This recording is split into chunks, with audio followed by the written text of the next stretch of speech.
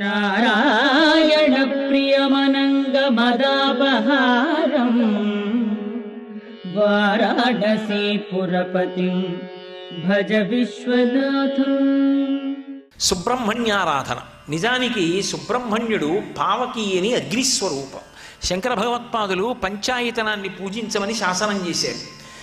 ఎవరు ప్రధానంగా కులదేవతగా చూస్తారో వాళ్ళని మధ్యలో పెడతారు. 5 మాత్రం పూజలో ఉంటారు. పరమశివుడు, అంబిక, శ్రీ మహావిష్ణువు, సూర్యభగవానుడు, గణపతి. నేను గాణాపత్యానికి చెందినవాడిని అనుకోండి, గణపతిని ప్రధానమైతే గణపతిని మధ్యలో పెడతాను, మిగిలిన 4 చుట్టూ ఉంటారు.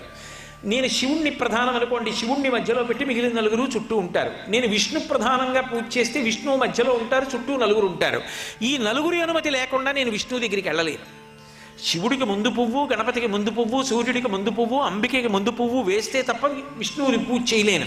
అంటే అభేదమైనటువంటి భావన ఏర్పడుతుందని పంచాయతన పూజ పెట్టారు. కానీ వారు షణ్మత స్థాపనాచార్యులు.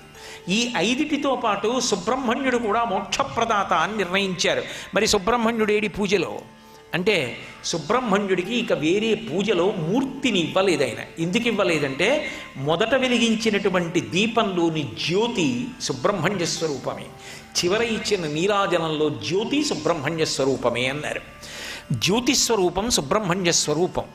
కాబట్టి మహానుభావుడు ఆ సుబ్రహ్మణ్యుడు ప్రత్యేకించి దీపముల ద్వారా ఆరాధన జరిగేటటువంటి ఈ కార్తీక మాసంలో స్కందషష్ఠి రూపంలో పూజలు విశేషంగా అందుకునేటటువంటి మాసం.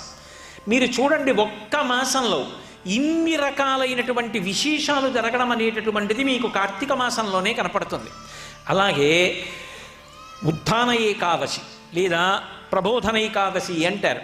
శ్రీ మహావిష్ణువు పాలసముద్రంలోంచి నిద్రలేస్తారు ఆ రోజున. అది తామసికమైన నిద్ర కాదు, ఏదో బడలిపోయి నిద్రపోయినటువంటి నిద్ర కాదు.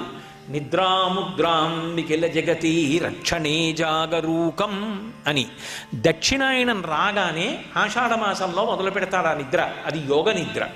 చూడండి, ఏదైనా బాగా ఆలోచించవలసి వచ్చిందనుకోండి, జ్ఞాపకం రాలేదనుకోండి, ఓసారి కళ్ళు మూసుకుని ఇలా అంటాం.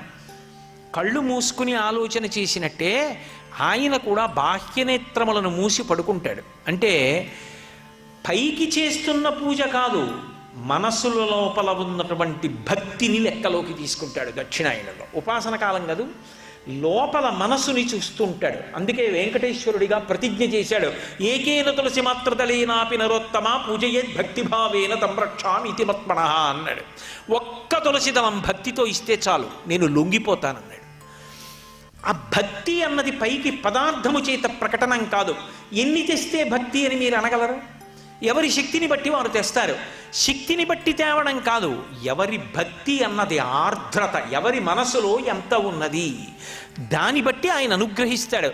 ఆ భక్తి కలిగిన వాడు ఏమి ఇవ్వనివ్వండి ఆయన పుచ్చుకుంటాడు.